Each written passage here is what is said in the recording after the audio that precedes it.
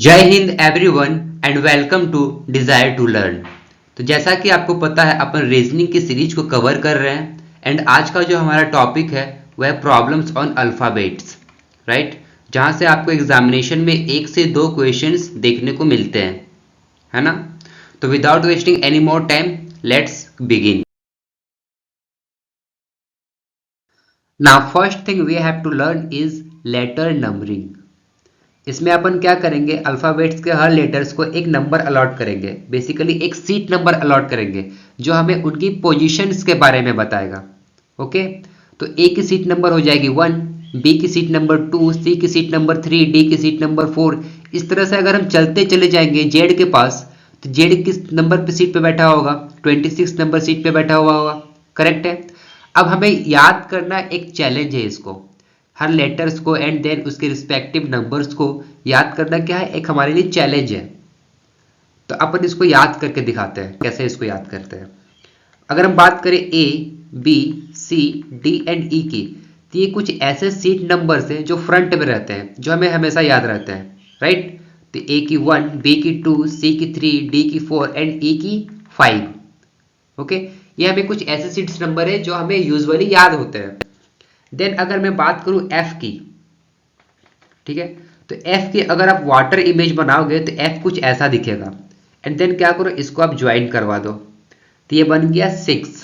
तो यहां से एफ की वैल्यू क्या आ गई, 6 आ गई। देन अगर आप बात करो जी की, तो जी का अगर आप ये वाला पार्ट देखो, टेल वाला पार्ट देखो, तो ये 7 जैसा दिख रहा है ना। तो जी की वैल्यू हो गई 7। देन अगर आप एच को देखो, तो एच को अगर आप ऊपर और नीचे दोनों को ज्वाइन करवा दो तो ये 8 के जैसा दिखेगा, तो इसकी वैल्यू हो गई 8। देन अगर आप आई को देखो, तो आई को अगर कर्सिव में लिखोगे तो कुछ इस तरह से लिखेगा क्या, आई, है ना, कैपिटल लेटर्स में, तो ये 9 की तरह दिख रहा है, तो आई की वैल्यू हो गई 9। ओके, देन जे की बात करते हैं। तो आपने बचपन में टेबल जब याद करते थे आप, तो क्या करते थे, 2 1 2, 2 2 4, इस तरह से याद करते थे। उसी तरह 2 10 20, तो 10 जा, आप ऐसा इसे याद रख सकते हो, 10 जा। ओके, देन अगर मैं बात करूं के की, तो के में एक तो आपको वर्टिकल लाइन दिख रही है, इसके लिए आप 1 लिख दो। देन आपको ये जो स्लैंट लाइन दिख रही है 2, ठीक है, इससे भी आप क्या कर दो, सीधी करके 1 बना दो, तो के की वैल्यू हो गई क्या, 11। ओके, देन अगर मैं बात करूं एल की, तो एल में कितने लाइन्स है आपको दिख रहे हैं, एल में 2 लाइन्स दिख रहे हैं आपको, ठीक है, 2 लाइन्स दिख रहे हैं, तो इसके लिए आप 2 लिख दो, एंड एक वर्टिकल लाइन है तो 1 लिख दो। तो एल की वैल्यू क्या हो गई आपके लिए, 12 हो गई। ओके, देन अगर मैं बात करूं एम की, एम को अगर आप रोटेट करोगे 90 डिग्री से राइट वर्ड, ओके, तो एम कुछ इस तरह से दिखेगा, यानी एक 3 के टाइप का दिख रहा है। 3 के आगे आप 1 लगा दो, एम की वैल्यू हो जाएगी 13। एंड एम एंड एन ये दोनों भाई हैं, 13 के बाद क्या आएगा, 14 आएगा, राइट। देन अगर मैं बात करूं ओ की, तो इसे आप ऐसे याद रख सकते हो, 150। 150 मतलब क्या होता है, 150 होता है ना। तो 150 लास्ट में इसका प्रोनाउंसिएशन क्या आ रहा है, ओ, है ना, 150, तो ओ। ओके, तो ओ का क्या हो जाएगा, 15 हो जाएगा। देन पी, ओके, तो पी को आप अगर उल्टा करो, यानी पी की आप अगर वाटर इमेज बनाओ, तो पी कुछ इस तरह से दिखेगा, है ना, जो कि एक 6 की तरह दिख रहा है। तो 6 के आगे क्या लगा दो, 1 लगा दो, है ना, तो पी की वैल्यू क्या हो गई, 16 हो गई। अब मैं आपको बोलूंगा कि प्लीज आप शास्त्र पढ़ो, है ना, आप क्या पढ़ो, शास्त्र पढ़ो। तो आप बोलोगे क्यों पढ़ूं मैं, है ना, तो आप बोला क्योंकि 17 को याद रखना है, इसीलिए आपको शास्त्र पढ़ना पड़ेगा। शास्त्र एंड 17 ये दोनों आपस में रिजेंबल कर रहे हैं क्या प्रोनाउंसिएशन में, शास्त्र एंड 17, ठीक है। तो आप बोलोगे मैं क्यों पढ़ूं शास्त्र, ओके, तो इस तरह से आप याद रख सकते हो क्यों को 17 से, ठीक है। देन आर, आर एंड 18 ये दोनों आपस में प्रोनाउंसिएशन में रिजेंबल कर रहे हैं। तो 18 यानी एंड हो रहा है र से, एंड ये स्टार्ट हो रहा है आर, तो कुछ तो प्रोनाउंसिएशन में एक सिमिलैरिटी देखने को मिल रहा है ना। तो आप आर से 18 को याद रख सकते हो। देन अगर मैं बात करूं एस की, तो एस को अगर आप ऐसे ज्वाइन करवा दो, ठीक है, ऊपर वाले पार्ट को आप ज्वाइन करवा दो तो ये कुछ 9 जैसा दिख जाएगा, तो 9 लिख लो एंड देन उसके आगे आप 1 लगा दो, तो ये हो गया आपकी 19। देन आपकी जो मैचेस होती है क्रिकेट की वो क्या होती है, T20 मैचेस होती हैं, है ना।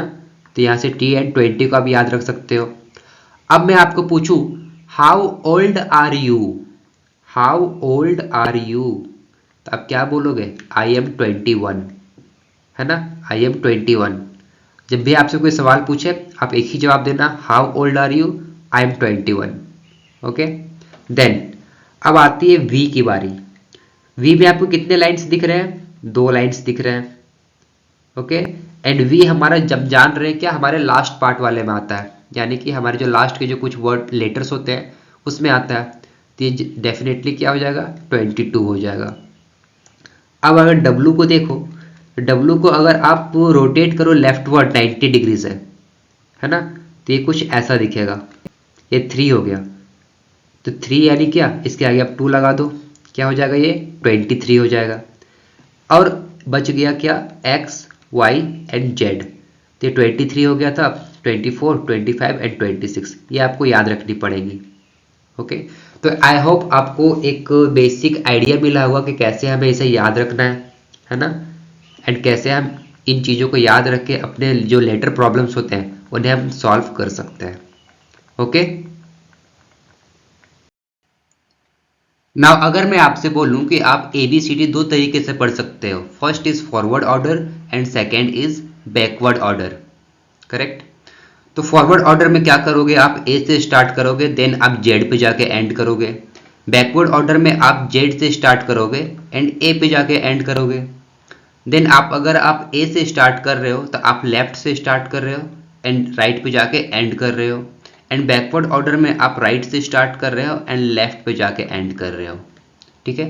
तो इसे हम लेफ्ट टू राइट बोल सकते हैं क्या, फॉरवर्ड ऑर्डर को, बिल्कुल। एंड बैकवर्ड ऑर्डर को अपन राइट टू लेफ्ट बोल सकते हैं, यानी कि फॉरवर्ड वाला हो जाएगा starting from left and backward order हो जाएगा क्या, स्टार्टिंग फ्रॉम राइट। तो जो लेफ्ट वाला है वो अपना जो जनरल ABCD होता है बस वैसा ही है, ए की पोजीशन 1 होती है, बी की पोजीशन 2 होती है एंड सो ऑन। यहाँ पे जेड की पोजीशन क्या मिल जाएगी अपने को, 26 मिल जाएगी। लेकिन बैकवर्ड ऑर्डर में क्या होता है, जो जेड की पोजीशन है वो फर्स्ट बन जाती है एंड ए की पोजीशन बन जाती है आपके 26, करेक्ट। तो ये था कुछ basic introduction forward and backward order का। नाउ अपन बात करेंगे अपोजिट लेटर्स की। तो ए के अपोजिट जेड होता है। अगर मैं नंबरिंग की बात करूं तो ए की नंबरिंग 1 होगी एंड जेड की नंबरिंग कितनी होगी, 26। बी के अपोजिट वाई होता है, तो बी की नंबरिंग 2 हो जाएगी, वाई की नंबरिंग हो जाएगी 25। सी की नंबरिंग 3 होगी, वहीं पे एक्स की नंबरिंग क्या हो जाएगी, 24। डी की नंबरिंग 4 होगी और डब्ल्यू की नंबरिंग क्या हो जाएगी, 23 हो जाएगी। इस तरह अगर हम चलते चले जाएं तो ये जो अपना फर्स्ट हाफ है ए से लेकर एम तक, इसे हम बोलते हैं फर्स्ट हाफ, एंड जेड से लेकर एन तक इसे हम बोलते हैं सेकेंड हाफ, ठीक है। ये अपना है फर्स्ट हाफ एंड ये अपना क्या है, सेकेंड हाफ, ठीक है। सेकेंड हाफ कहाँ से कहाँ तक होगा, सेकेंड हाफ होगा आपका एन से लेकर जेड तक, ओके। तो अगर हम देखें कि 1 एंड 26 को ऐड करने पे कितना आ रहा है, 27 आ रहा है, यानी कि ए एंड जेड यानी अपोजिट लेटर्स को ऐड करने पे कितना आया मेरे को, 27 आया। देन आप 2 एंड 25 को भी ऐड करोगे तो 27 ही आने वाला है, एंड 3 एंड 24 को ऐड करोगे तो भी 27 आने वाला है, डी एंड डब्ल्यू को ऐड करोगे तो भी आपकी 27 आने वाली है। कहने का मतलब जब आप अपोजिट लेटर्स को ऐड करोगे तो आपका सम कितना आना चाहिए, 27 आना चाहिए। तब आप जान जाओगे कि हाँ मैंने करेक्ट अपोजिट लेटर्स को पिक किया है, ओके। अपन इसको याद कैसे रखेंगे अपोजिट लेटर्स को, तो आप ए एंड जेड को याद रख सकते हो ए टू जेड के फॉर्म में, ठीक है। देन बी एंड वाई को याद रख सकते हो बॉय या फिर बाय के रूप में। देन सी एंड एक्स को आप क्रैक्स के रूप में याद रख सकते हो। क्रैक्स क्या होता था, आप चिप्स आता था एक, ठीक है, जिसका नाम था क्या, क्रैक्स। जिस तरह अभी लेज आते हैं, कुरकुरे आते हैं, उसी टाइप का एक चिप्स आता था क्या, क्रैक्स। देन डी डब्ल्यू को आप याद रख सकते हो ड्यू के रूप में या फिर डोर विंडो के रूप में, राइट। देन ई वी से आप इवनिंग याद रख सकते हो। एफ यू मतलब fair and unfair. G T से आप जी टी रोड को याद रख सकते हो। देन एच एस से आप हाई स्कूल याद रख सकते हो। देन आई आर से याद रख सकते हो इंटरनेशनल रिलेशन याद रख सकते हो या फिर इंडियन रेलवे, इन दोनों में से आप किसी को याद रख सकते हो।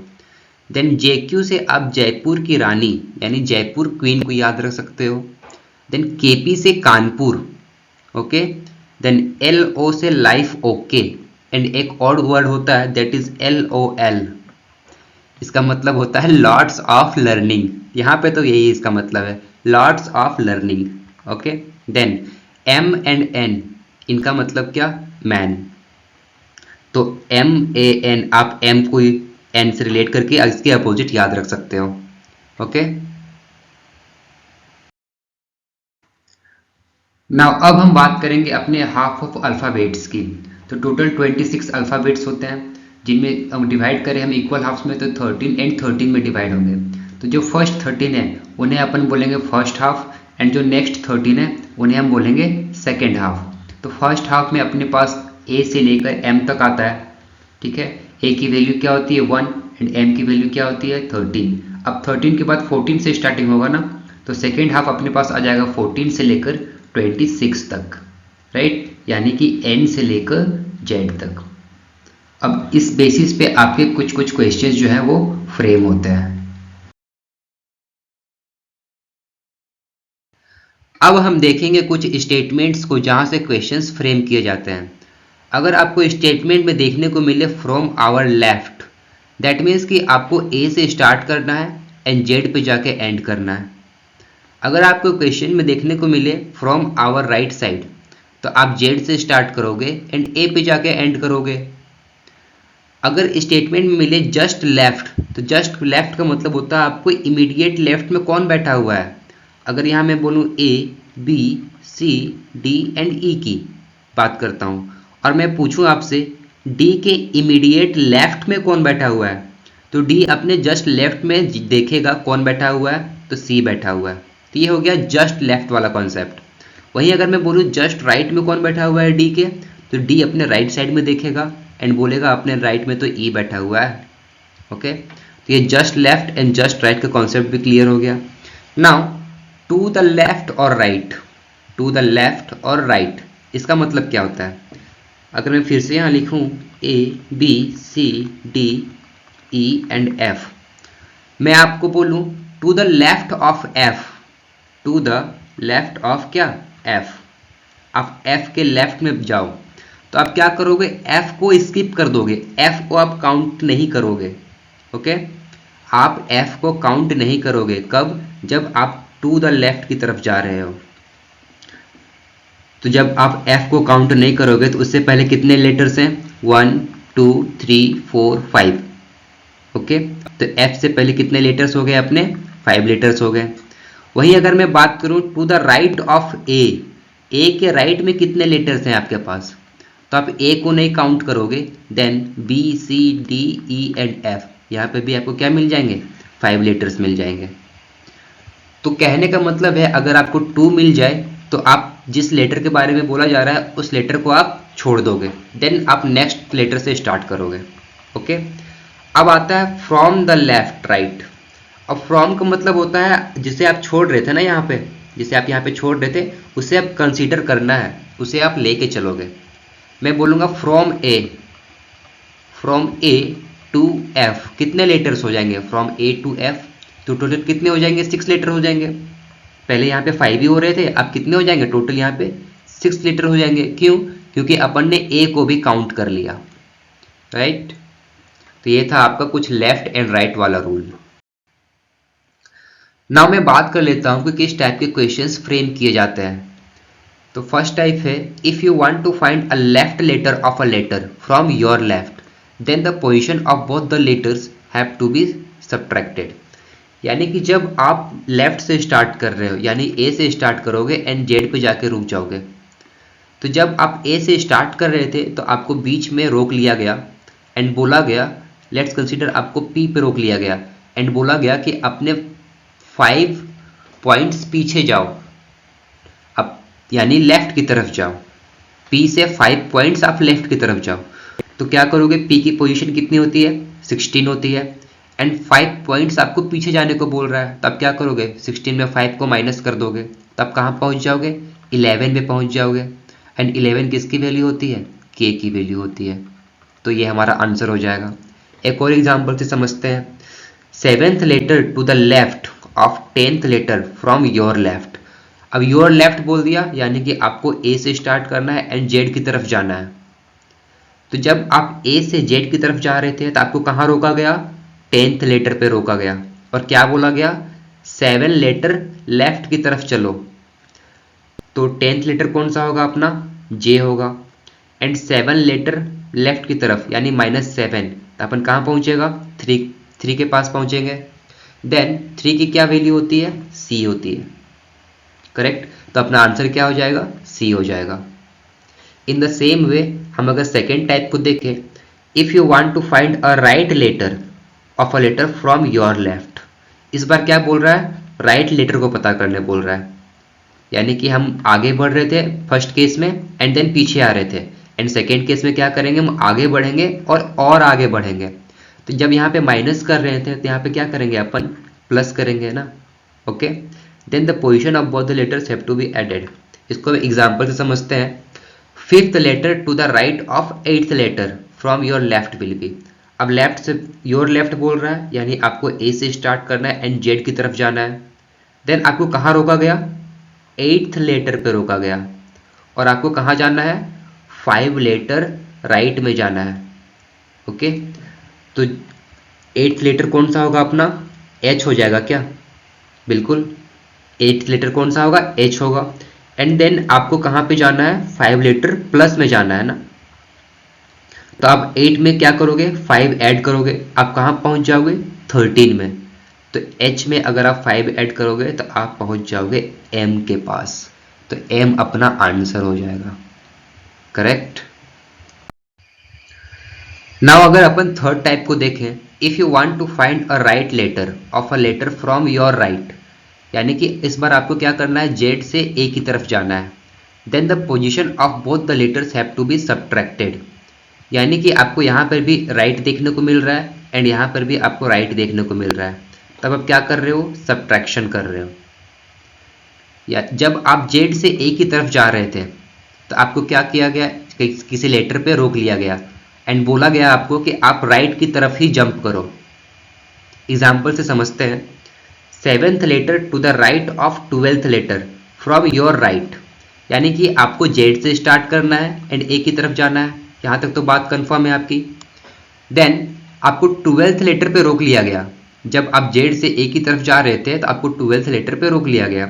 तो अपन ने क्या किया, Z Y X W B U T S R Q P, ठीक है।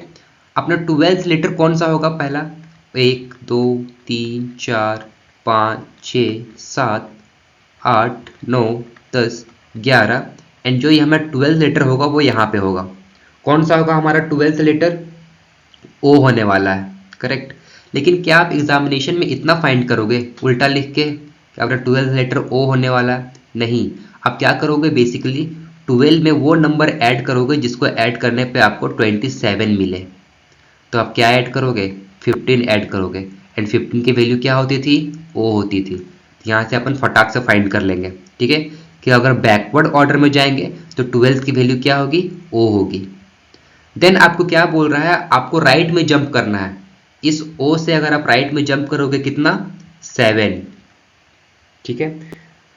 तो अगर आप राइट में जंप करोगे 7 की तरफ, आप कहाँ पहुंचोगे, V के पास पहुंचोगे, है ना, V के पास पहुंचोगे। अब आप नंबर्स को देखो, इसका नंबर था 12, आप कहाँ पहुंच गए, 5 के पास पहुंच गए।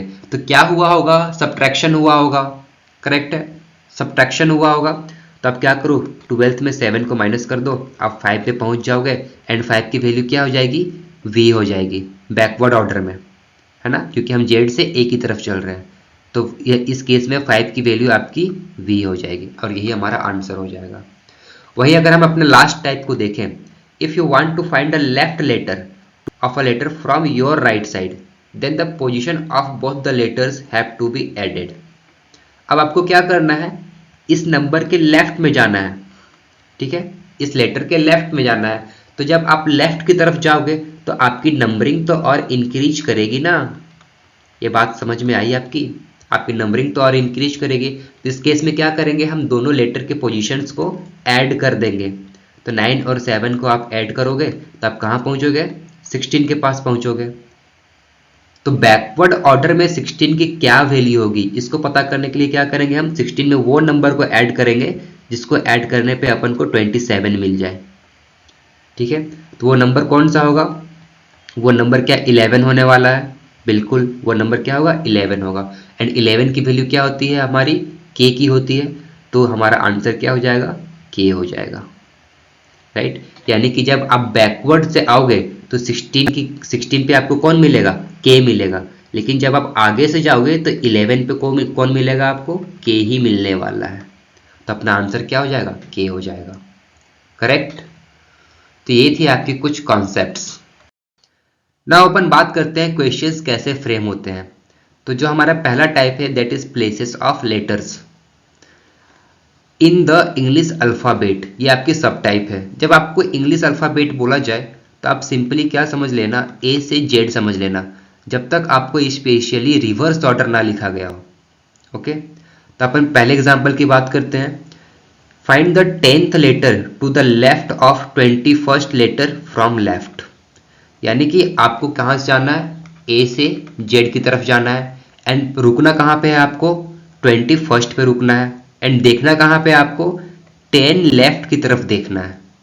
राइट, तो जब आप ए से जेड की तरफ जा रहे थे तो आपकी जो 21st नंबर पे जो लेटर आया वो कौन सा आया, यू आया। How old are you, I am 21। Okay, तो जो मैंने बताया था ट्रिक में, हाउ ओल्ड आर यू, आप क्या बोलोगे, 21। अब आपको यहां से कहां देखना है, 10 लेफ्ट की तरफ देखना है। यानी कि आप माइनस में जा रहे हो तो 21 में 10 माइनस कर दोगे तो आप कहां पहुंच जाओगे, 11 के ऊपर पहुंच जाओगे। एंड 11 की वैल्यू क्या होती है, के होती है ना। तो अपना आंसर क्या हो जाएगा, के हो जाएगा। बाकी के दो एग्जाम्पल्स आप मुझे कमेंट सेक्शन में सॉल्यूशन इसका करके मुझे बताओगे। ओके, देन जो सेकेंड टाइप है वो क्या, on reversing the first half. First half कहने का मतलब क्या है, ए से लेकर एम तक। अब आप इसको रिवर्स कर दोगे तो क्या एम से लेकर ए तक हो जाएगा, बिल्कुल। एंड सेकेंड हाफ को आपको एज इट इज रखना है। यानी सेकेंड हाफ यहाँ पर भी एन से जेड था और यहाँ पर भी क्या हो जाएगा, एन से जेड हो जाएगा। हमने रिवर्स सिर्फ किसको किया, फर्स्ट हाफ को किया। एंड सेकेंड हाफ को हमने एज इट इज रहने दिया। If first half of English alphabet is in reverse order, then what will be the 7th letter to the left of 11th letter from your right? यानी कि आपको right side से start करते हुए कहाँ जाना है, पहले 11th लेटर के पास जाना है। देन आपको कहाँ में देखना है, 7th लेटर लेफ्ट में, लेफ्ट की तरफ देखना है। ओके, तो हमें एन से जेड के बीच कितने लेटर्स होते हैं अपने, टोटल 13 लेटर्स होते हैं। एंड हमें क्या बोला है, 11th लेटर के पास जाकर रुकना है। यानी कि हम एन ओ, तो ये हो जाएगा क्या अपना, ये हो तो 13th हो जाएगा। एंड ये क्या हो जाएगा, 12th हो जाएगा। और ये हो जाएगा पी, हमारा 11th लेटर। ओके, जब आप पीछे से आ रहे हो तो, क्योंकि आपको यहाँ क्या बोला है, अपने राइट साइड से स्टार्ट करना है। यानी आपको जेड से स्टार्ट करना है एंड ए की तरफ आना है। तो जब आप जेड से स्टार्ट करोगे 1 से एंड ए की तरफ आओगे तो आपको 11th पे कौन बैठा मिलेगा, पी भाई साहब मिलेंगे। एंड यहाँ से आपको देखना है 7 लेफ्ट की तरफ। तो जब आप 7 लेफ्ट की तरफ देखोगे तो यहाँ आपको क्या देखने को मिलेगा, यहाँ पे आपको ए देखने को मिलेगा, बी, सी, डी एंड ई, कुछ ऐसा देखने को मिलेगा। ऐसा क्यों, क्योंकि अपन ने फर्स्ट हाफ को रिवर्स कर दिया है। अपन ने फर्स्ट हाफ को रिवर्स कर दिया है। ओके, तो यहाँ से जो है क्या, 11 से 7 लेटर लेफ्ट की तरफ, तो 1 2 3 4 5 6 7 कौन मिल गया अपने को, ई मिल गया। करेक्ट, तो अपना आंसर क्या होगा, ई होगा। ठीक है, आप एक बार फिर से इसको देखना, आपको समझ में आ जाएगा। नाउ अगर हम थर्ड टाइप को देखें तो इसमें अपन को सेकेंड हाफ को रिवर्स करना है, यानी कि आपको ए से लेके एम तक तो एज इट इज रहेंगी, लेकिन जो इसके आगे के लेटर्स है जो आपकी एन से जेड होनी चाहिए, ये रिवर्स होके हो जाएंगी आपकी जेड से एन तक। यानी कि अब आप ए से चलना स्टार्ट करोगे तो आप कहाँ पहुँचोगे, एन तक पहुँचोगे, क्योंकि जेड तो बीच में ही कहीं आ जाएगा ना। एग्जाम्पल को देखें, if second half of English alphabet is in reverse order then which letter will be the fifth letter to the right of 18th letter from your left। अब आपको A से स्टार्ट करना है, राइट। तो जब आप A से start करोगे और M तक जाओगे तो आपको सारे लेटर्स तो एज इट इज मिलने वाले हैं। अब इसके आगे चेंजिंग होगा ना, तो अपन क्या करेंगे, इसके आगे के रिवर्स लेटर्स को लिख लेंगे। ओके ना, यहाँ पे हमने क्या किया, लेटर 1 से लेके 13 तक तो हमने एज इट इज लिख दिया। अब इसके बाद अपन ने ये ब्लू लेटर्स में लिखा है, ये सारे रिवर्स है। हमें कहाँ तक जाना है, पहले 18 तक जाना है ना। हमारा पहला स्टॉपेज होगा 18। हम 13 तक तो ऑलरेडी कवर कर लिए हैं, अब हम 18 तक जाएंगे, 14, 15, 16, 17, 18। ओके, तो अपन कहाँ पहुँच गया, वी के पास। देन हमें कहाँ देखना है, 5 लेटर राइट की तरफ देखना है। तो 5 लेटर राइट की तरफ देखेंगे, 1, 2, 3, 4, 5। तो हम किसके पास पहुंच गए, क्यू के पास पहुंच गए। तो हमारा आंसर क्या होगा इस ऑप्शंस में से, क्यू हमारा आंसर हो जाएगा। ओके, देन हमारा जो लास्ट टाइप है इसमें क्या होता है, कंप्लीटली बैकवर्ड ऑर्डर में आपको दिया गया है। ओके, यानी कि आपको कंप्लीटली जेड से स्टार्ट करना है एंड ए पे जाके आपको एंड करना है। If English alphabet is written in reverse order then what will be the 12th letter to the right of 17th letter from your right। Okay, अब देखो यहाँ पर भी आपको राइट देखने को मिल गया एंड यहाँ पर भी आपको राइट देखने को मिल गया। तो जब दो आर आर मिल जाते हैं तो अपन क्या करते हैं, सब्ट्रैक्शन करते हैं। तो अब 17 में 12 को सब्ट्रैक्ट करो, आपके पास 5 मिलेगा एंड 5 की वैल्यू क्या होती है, ई होती है। तो अपना आंसर क्या होगा, ई होगा, राइट। नाउ जो हमारा नेक्स्ट टाइप है दैट इज मिडिल लेटर्स। आपको मिडिल लेटर्स फाइंड करने को बोले जाते हैं। इसमें जब हमारा पहला सब टाइप है, number of letters in the middle of 2 letters, यानी कि लेट्स कंसिडर अगर मैं बोलूँ ए से जेड के बीच में कितने लेटर्स होंगे, तो कितने लेटर्स होंगे, 24। ए एंड जेड को आपको एक्सक्लूड करना है, राइट। अगर मैं एग्जाम्पल में देखूं, in the English alphabet how many letters are there between 18th from left and 5th from left. Okay, 18th from left and 5th from left. तो पहले 18 आएगा या 5 आएगा, आपको लेफ्ट से चलना है यानी ए से जेड की तरफ चलना है। तो पहले 5 आएगा ना, तो 5th पोजीशन पे कौन बैठता है, ई बैठता है। एंड 18th पोजीशन पे कौन बैठता है, 18 यानी कि आर बैठता है, राइट। अब इन दोनों के बीच हमें कितने लेटर्स मिल जाएंगे, आप काउंट करो। आप 6 से लेके काउंट करोगे कहाँ तक, 17 तक काउंट करोगे, करेक्ट है। आप 6 से 17 तक काउंट करोगे ना, क्योंकि ये ई कितना था, 5 था, और ये कितना था, 18 था। तो 6 से लेके 17 तक कितने लेटर्स या फिर कितने नंबर्स हो जाएंगे। तो नंबर सिस्टम में एक ट्रिक है कि अगर आपको कोई किसी दो नंबर्स के बीच में टोटल नंबर्स फाइंड करने हो तो आप क्या करोगे, 17 माइनस 6 प्लस 1, तो आपके पास कितना आ जाएगा, 12 आ जाएगा, करेक्ट। तो 5 एंड 18 के बीच कितने नंबर्स का डिफरेंस हो जाएगा आपका, 12 नंबर्स का डिफरेंस हो जाएगा, राइट। यानी कि आपकी ई एंड आर के बीच 12 लेटर्स है, करेक्ट। नाउ अगर नेक्स्ट एग्जांपल को देखो आप, in the English alphabet how many letters are there between 9th from left and 7th from right. Okay, अब आपको यहाँ पे एक बार ए से जेड की तरफ जाना है एंड जेड से ए की तरफ आना है। तो जब आप ए से जेड की तरफ जाओगे तो आपको 9th लेटर कौन सा मिलने वाला है, आई के जैसा दिख रहा है ना, तो 9th लेटर क्या मिल जाएगा अपने को, आई मिल जाएगा। And 7th letter from right side, तो अपन 7 में क्या ऐड करेंगे, जो टोटल हो जाएगा अपना 27। तो 7 में अपन 20 ऐड करेंगे तो अपने को 27 मिलेगा। तो 20 किसकी पोजीशन होती है? टी की पोजीशन होती है। ओके, सो हमारे राइट साइड से क्या मिल गया? टी मिल गया, एंड लेफ्ट साइड से क्या मिल गया अपने को? आई मिल गया। करेक्ट है, ये आई है एंड ये टी है। इसकी पोजीशन है 9, इसकी पोजीशन है 20। अब इन दोनों के बीच कितने नंबर्स होंगे? देन आप क्या करोगे? 9 के बाद से काउंट करना स्टार्ट करोगे, यानी कि आप 10 से काउंट करना स्टार्ट करोगे और कहाँ तक जाओगे? 19 तक जाओगे। अब आप क्या करोगे? इन दोनों के बीच के नंबर्स फाइंड करने के लिए 19 माइनस 10 प्लस 1 करोगे, तो आपको क्या मिल जाएगा? टोटल 10 मिल जाएगा। राइट, तो टोटल कितने नंबर्स हैं इन दोनों के बीच में? कितने लेटर्स हैं? 10 लेटर्स हैं। ओके, नाम ये जो थर्ड क्वेश्चन है वो मैं आपके लिए छोड़ रहा हूं, ठीक है? ये जो आपकी थर्ड क्वेश्चन है इसका आंसर आप मुझे कमेंट सेक्शन में बताओगे। नाउ हमारी जो नेक्स्ट टाइप होगी that is of middle letters between two letters. अगर मैं आपको बोलूं ए, बी, सी, डी एंड ई, इनके बीच की जो मिडिल लेटर है वो कौन सी है?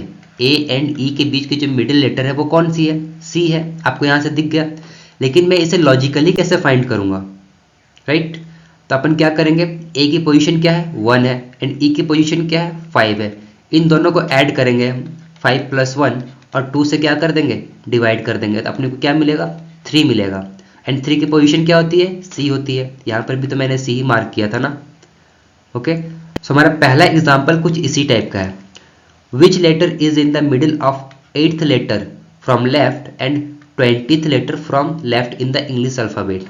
तो अपना 8th लेटर कौन सा होता है इंग्लिश अल्फ़ाबेट में? क्या एच होता है? बिल्कुल। एंड 20th लेटर कौन सा होता है? टी होता है। बिल्कुल। तो क्या करो? 20 एंड 8 को ऐड करो, आपको मिल जाएगा क्या? 28। इसको डिवाइड करो 2 से, आपको 14 मिल जाएगा। एंड 14 की वैल्यू क्या होती है? एन होती है। तो एच और टी के बीच की जो मिडिल लेटर होगी दैट इज एन होगी। ओके, एग्जाम्पल 2 में अगर आप देखो, in the English alphabet which letter is in the middle of 16th letter from right and 24th letter from right. Okay, यानी कि आपको Z टू A काउंट करना है अब। तो अब जब आप Z टू A काउंट करोगे तो इस 24 की वैल्यू क्या हो जाएगी? लेफ्ट टू राइट वाले में, यानी नॉर्मल ABCD में क्या हो जाएगी? इस 24 की वैल्यू, 24 में आप 3 ऐड करोगे तो आपको 27 मिलेगा ना। तो इस 3 की वैल्यू क्या हो जाएगी? C हो जाएगी। यानी कि C की वैल्यू अगर आप राइट से स्टार्ट करोगे तो 24 मिलेगी, और लेफ्ट से स्टार्ट करोगे तो आपको 3 मिलेगी। वहीं पे अगर मैं 16 को देखूं, ये भी आपको राइट से स्टार्ट करने को बोल रहा है, तो 16 में आप क्या ऐड करोगे जो आपको 27 मिल जाएगा? तो 11 ऐड करोगे। तो 11 की वैल्यू क्या होती है? K। यानी कि जब आप राइट से स्टार्ट करोगे तो K की वैल्यू आपको 16 मिलेगी, और लेफ्ट से स्टार्ट करोगे तो K की वैल्यू आपको क्या मिलेगी? 11 मिलने वाली है। करेक्ट। अब आपको क्या करना है? इन दोनों को ऐड करना है ना? इन दोनों को क्या करना है? ऐड करना है। चाहे आप इससे कर लो चाहे आप इससे कर लो, बात तो एक ही आनी है।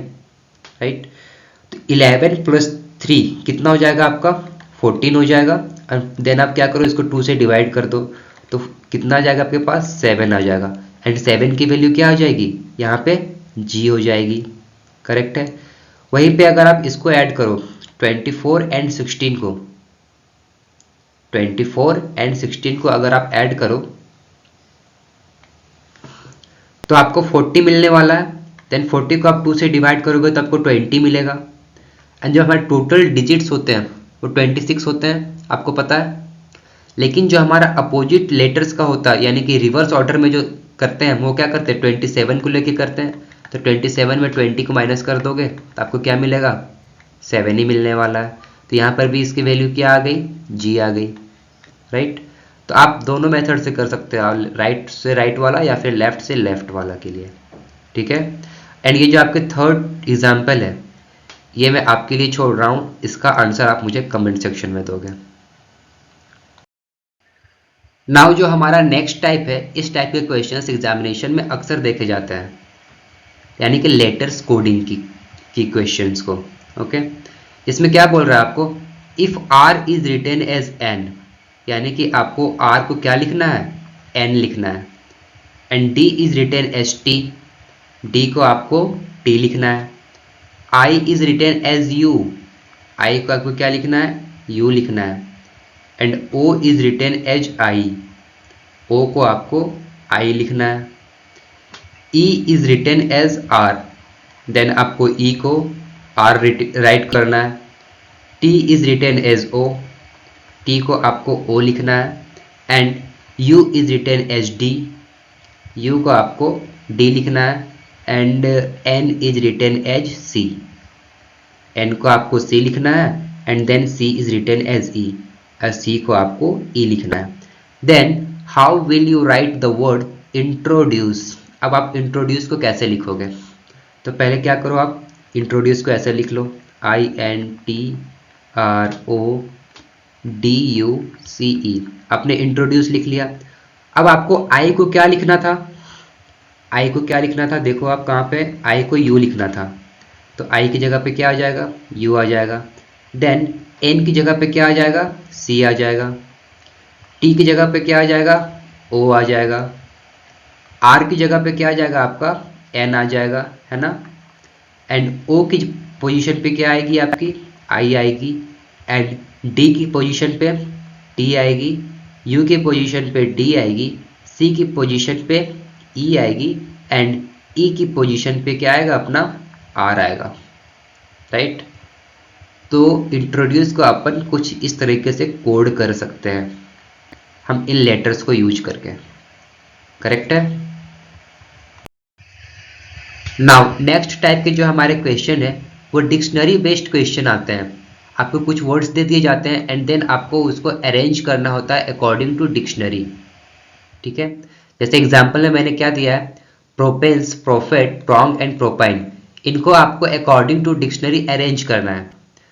तो पहले हमारी अप्रोच क्या होनी चाहिए कि जो वर्ड सेम दिख रहे हैं स्टार्टिंग में उन्हें अपन काट देंगे। तो सबके स्टार्टिंग में अपन को पी दिख रहा है तो पी को अपन ने काट दिया, आर भी दिख रहा है आर को भी काट दिया, एंड ओ दिख रहा है अपन ने ओ को भी काट दिया। अब हम बात करेंगे P, P, N and P के बीच में। तो पहले कौन आता है, पी आता है या एन आता है, तो पहले एन आता है, यानी कि सी हमारा कंफर्म हो गया, राइट। अब आप सी को पूरा हटा दो यहाँ से।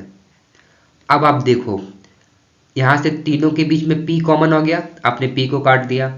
अब आप बताओ ई पहले आता है, एच पहले आता है या फिर आई पहले आता है, तो पहले क्या आता है, ई आता है, ठीक है। देन आपका फर्स्ट कंफर्म हो गया, तो सी के बाद क्या आएगा, ए आएगा, राइट। अब आप देखो ये वाला तो चला गया, ठीक है। अब क्या बच गया, एच और आई के बीच में। तो पहले एच आता है या आई आता है, तो पहले क्या आता है, एच आता है, तो क्या हो जाएगा अपना बी हो जाएगा। एंड ये प्रोपाइन वाला क्या हो जाएगा अपना डी हो जाएगा, राइट। तो अपना जो ऑर्डर आ गया अकॉर्डिंग टू डिक्शनरी, वो पहले सी आएगा, देन ए आएगा, देन बी आएगा एंड देन डी आएगा। हमें क्वेश्चन में क्या पूछा था, फोर्थ प्लेस पे कौन आएगा, है ना। तो फोर्थ प्लेस पे ऑलरेडी पहले भी प्रोपाइन था और अब भी क्या है, प्रोपाइन ही है, ओके। नाउ ये वाले जो क्वेश्चन है ये मैं आपके लिए होमवर्क में छोड़ रहा हूँ, या फिर आप इसका आंसर आप कमेंट सेक्शन में भी दे सकते हो, right.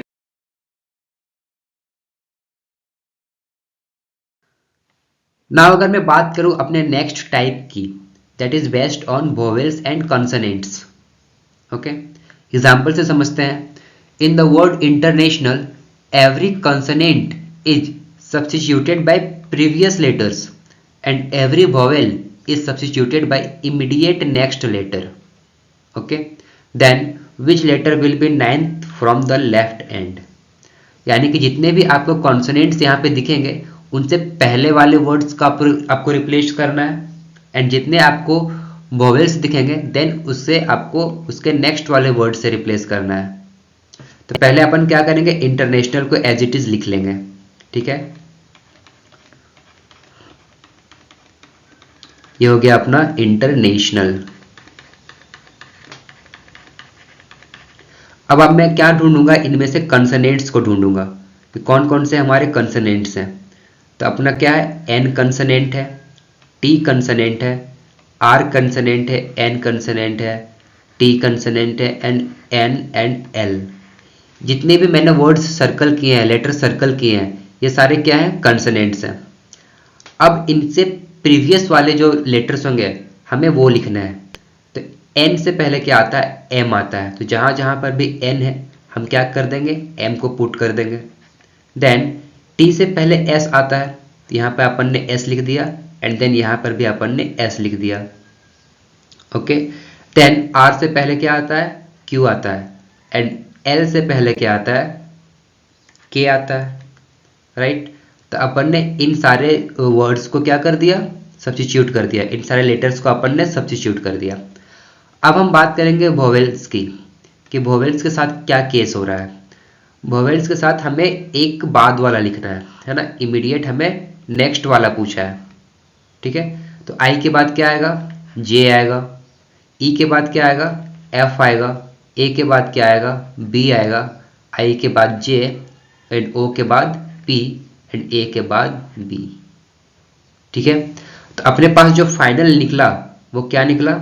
J, M, S, F, Q, M, B, S, J, P, M, B and K. ये अपना फाइनल वर्ड निकल करके आया। अब हमें क्वेश्चन में क्या पूछ रहा है?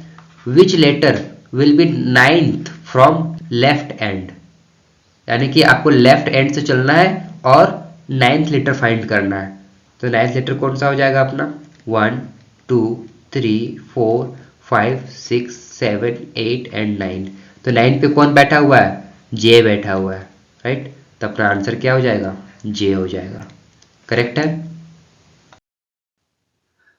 नाउ जो हमारी नेक्स्ट एंड आखिरी टाइप है, that is word formation from unscrambling letters. आपको रैंडमली कोई भी लेटर्स दे दिए जाते हैं, देन इनसे आपको एक वर्ड की फॉर्मेशन करनी होती है, राइट। जैसे एग्जाम्पल में क्या दिया हुआ अपना? TMHREO, एंड इनकी जो वैल्यू दी गई है वो आपको नीचे लिखी हुई है। टी की वैल्यू 5 दी गई है, एम की वैल्यू 4 दी गई है, एच की वैल्यू 3, आर की 2, ई की 1, एंड ओ की क्या दी गई है? 0 दी गई है। देन आपको एक मीनिंगफुल वर्ड क्रिएट करना है इससे, एंड देन उसकी नंबरिंग बतानी है, ठीक है। तो अपन क्या वर्ड यहाँ से क्रिएट कर सकते हैं? देखो आप, अगर आप थोड़ा सा दिमाग में जोर डालोगे तो ये कुछ मेरे को मदर जैसा दिख रहा है क्या? ठीक है। अगर आप एम को पहले कंसीडर करो, एम, फिर ओ को कंसीडर करो, फिर टी को, फिर एच को, फिर ई को, एंड देन आर को, ठीक है। ये हो गया अपना क्या? मदर। अब एम की वैल्यू क्या थी? 4 थी, ओ की वैल्यू 0 थी, टी की वैल्यू क्या थी? अब मुझे पूरे फाइंड करने की ज़रूरत ही नहीं है, क्योंकि 4 एंड 0 अपने को ऑप्शन में ही मिल गया, ठीक है। तो यही अपना क्या होगा? करेक्ट आंसर हो जाएगा, राइट। तो पूरा फाइंड करने की ज़रूरत नहीं है, बस आपको वर्ड फॉर्म करना पड़ेगा, है ना। एक मीनिंगफुल वर्ड क्रिएट मैंने कर दिया, एंड देन उसकी नंबरिंग मैंने यहाँ पे मार्क कर दी। That's all. ओके। नाउ अब मैं बात कर लेता हूँ क्या, कि अपनी जो पिछली टॉपिक थी दैट इज वेन डायग्राम, जिसकी वीडियो अगर आपने नहीं देखी हो तो उसकी लिंक आपको डिस्क्रिप्शन बॉक्स में मिल जाएगी। आप वहाँ से जाके उस वीडियो को रेफर कर सकते हो। हम उसके 1-2 क्वेश्चंस करने वाले हैं, राइट। नाउ ये है हमारी पिछले टॉपिक्स की कुछ प्रैक्टिस क्वेश्चंस, यानी वेन डायग्राम की। ओके। तो आपको ये जो फिगर दिख रहा है यहाँ पे, आपको इससे रिलेटेड करेक्ट ऑप्शंस बताने हैं, ठीक है। कौन से ऑप्शन इस पिक्चर के लिए सूट कर रहा है। क्या फादर, ब्रदर एंड मेल, क्या अगर मैं इसका पिक्चर ड्रॉ करूं तो कुछ इस तरह से बनेगा। मेल सबसे बड़ा बाउंड्री होगा, एंड देन इनके अंदर फादर होंगे एंड ब्रदर्स होंगे, दोनों क्या अलग अलग होंगे। करेक्ट है। देन अगर मैं बी की पिक्चर ड्रॉ करूं, मदर, आंट एंड डॉक्टर्स की, तो कुछ डॉक्टर्स मदर हो भी सकते हैं, नहीं भी हो सकते हैं, एंड देन कुछ डॉक्टर आंट्स हो सकते हैं एंड नहीं भी हो सकते हैं। तो इनकी जो पिक्चर बनेगी कुछ इस तरह से बन सकती है। क्या? ये हो गए मदर वाली, ये हो गई आंट वाले, एंड ये हो गए क्या? डॉक्टर वाले, ठीक है। Mother, aunt and doctor, right. Then अगर मैं सी की पिक्चर ड्रॉ करूं तो कुछ इस तरह से अपने को देखने को मिलेगा। क्या? Literates, engineers and farmers. अगर कोई इंजीनियर है दैट मीन्स कि वो लिटरेट हो चुका है, कोई अगर इंजीनियर है दैट मीन्स कि वो लिटरेट हो चुका है, तो ये बड़ी सर्कल होगी, ये क्या होगी, लिटरेट वाला होगा। देन इसके अंदर क्या होगा, छोटा वाला सर्कल इंजीनियर का होगा। लेकिन फार्मर्स लिटरेट्स हो भी सकते हैं एंड नहीं भी हो सकते हैं, तो लेकिन ये इंजीनियर तो बिल्कुल भी नहीं है, राइट, इंजीनियर तो बिल्कुल भी नहीं है, इसलिए इनकी सर्कल इंजीनियर को नहीं टच करेगी, सिर्फ लिटरेट्स को टच करेगी। तो ये लिटरेट्स, ये इंजीनियर एंड ये क्या, फार्मर। ओके, देन आते हैं अपने फोर्थ ऑप्शन में, that is grandfather, father and males के बीच में। तो मेल्स की बाउंड्री तो सबसे बड़ी बनने वाली है, ये डेफिनेटली ट्रू है। ओके, क्योंकि फादर एंड ग्रैंडफादर दोनों क्या होते हैं, मेल्स ही होते हैं। देन अब ग्रैंडफादर एंड फादर, इन दोनों में हम किसकी सर्कल बड़ी ड्रॉ करेंगे। तो पहले अगर हम बात करें ग्रैंडफादर की, तो ग्रैंडफादर क्या किसी के फादर होते हैं, यस, इसका मतलब ये भी फादर के अंदर ही काउंट होंगे, तो बड़ी सर्कल किसकी बनेगी, फिर फादर की बनेगी। एंड देन जो सबसे छोटी सर्कल होगी वो ग्रैंडफादर की बनेगी। तो अपना कुछ ऐसा सर्कल बन गया, और यही हमारा सर्कल तो यहाँ क्वेश्चन में दिया गया था, इसका मतलब हमारा करेक्ट ऑप्शन क्या हो जाएगा, option number D. Okay, now इस क्वेश्चन में आपको क्या करना है, डॉक्टर, मैरिड एंड फीमेल्स के बीच की आपको रिलेशन बतानी है। तो क्या कोई डॉक्टर फीमेल हो सकती है, यस, हो भी सकती है एंड नहीं भी हो सकती है। क्या कोई डॉक्टर मैरिड हो सकता है, हो भी सकता है एंड नहीं भी हो सकता है, राइट। तो हमें सब तीनों, इन तीनों के बीच अपन को क्या देखने को मिल रहा है, एक पार्शियल रिलेशन देखने को मिल रहा है ना, एक पार्शियल रिलेशन देखने को मिलता है। जब पार्शियल रिलेशन मिलता है तो अपन कुछ इस तरह से वेन डायग्राम ड्रॉ करते हैं। तो यहाँ पे तीन एंटिटी है, तो अपन तीन के लिए क्या कुछ इस तरह से वेन डायग्राम को ड्रॉ करेंगे। एक में हो जाएगा डॉक्टर, एक में हो जाएगा फीमेल्स एंड एक में हो जाएगा क्या, मैरिड पीपल, राइट। तो ऐसा हमें वेन डायग्राम देखने को मिल रहा है ऑप्शन नंबर बी में। So correct option is B. Now next question जो है वो हमारा ज्योमेट्रिकल फिगर पे बेस्ड है, जहाँ पे हेक्सागन रिप्रेजेंट कर रहा है आपको पुलिस ऑफिसर, सर्कल रिप्रेजेंट कर रहा है आपको फीमेल, स्क्वायर रिप्रेजेंट कर रहा है आपको इंडियंस एंड पेंटागन आपको ग्रेजुएट्स रिप्रेजेंट कर रहा है। हमें फाइंड करना है कितने लोग ऐसे हैं जो इंडियन भी हैं, पुलिस ऑफिसर्स भी हैं एंड ग्रेजुएट्स भी हैं, बट फीमेल्स नहीं हैं। तो यहाँ पे फीमेल्स की बात नहीं हो रही है, तो अपन क्या करेंगे, सर्कल के अंदर जितने भी डेटा हैं हम उनको किसी को भी हम यूज़ नहीं कर सकते अब हम, ठीक है, यानी कि आप इसके अंदर आप एंटर नहीं कर सकते, ठीक है। अब हमें हमारे पास क्या बच गया, एक ग्रेजुएट वाला बच गया, पुलिस ऑफिसर बच गया और एक इंडियन वाला बच गया। अब इन तीनों का ट्राइसेक्शन देखना है हमें, इन तीनों का ट्राइसेक्शन कहाँ पे बन रहा है। तो अगर आप 11 को देखो तो ये स्क्वायर के अंदर भी आ रहा है, ये हेक्सागन के अंदर भी आ रहा है एंड देन ये पेंटागन के अंदर भी आ रहा है। इसका मतलब 11 लोग ऐसे हैं जो पुलिस ऑफिसर्स भी हैं, है ना, इंडियंस भी हैं एंड ग्रेजुएट्स भी हैं, और फीमेल्स भी नहीं है, क्योंकि 11 तो सर्कल के बाहर ही है, तो फीमेल तो होगा नहीं, राइट। तो अपना ऑप्शन 2 जो है वो करेक्ट हो जाएगा। ओके, एंड देन अगर आपने वेन डायग्राम की पिछली वीडियोस नहीं देखी हैं, जिसमें मैंने सारे कॉन्सेप्ट्स क्लियर किए हैं एंड PYQ सॉल्व करवाए हैं, तो प्लीज़ आप डिस्क्रिप्शन बॉक्स में विजिट करिए। ओके, वहाँ पे आपको लिंक मिल जाएगी, आप वहाँ से जाके वीडियोस को देख सकते हो। मिलते हैं नेक्स्ट वीडियो में, तब तक के लिए जय हिंद, जय भारत।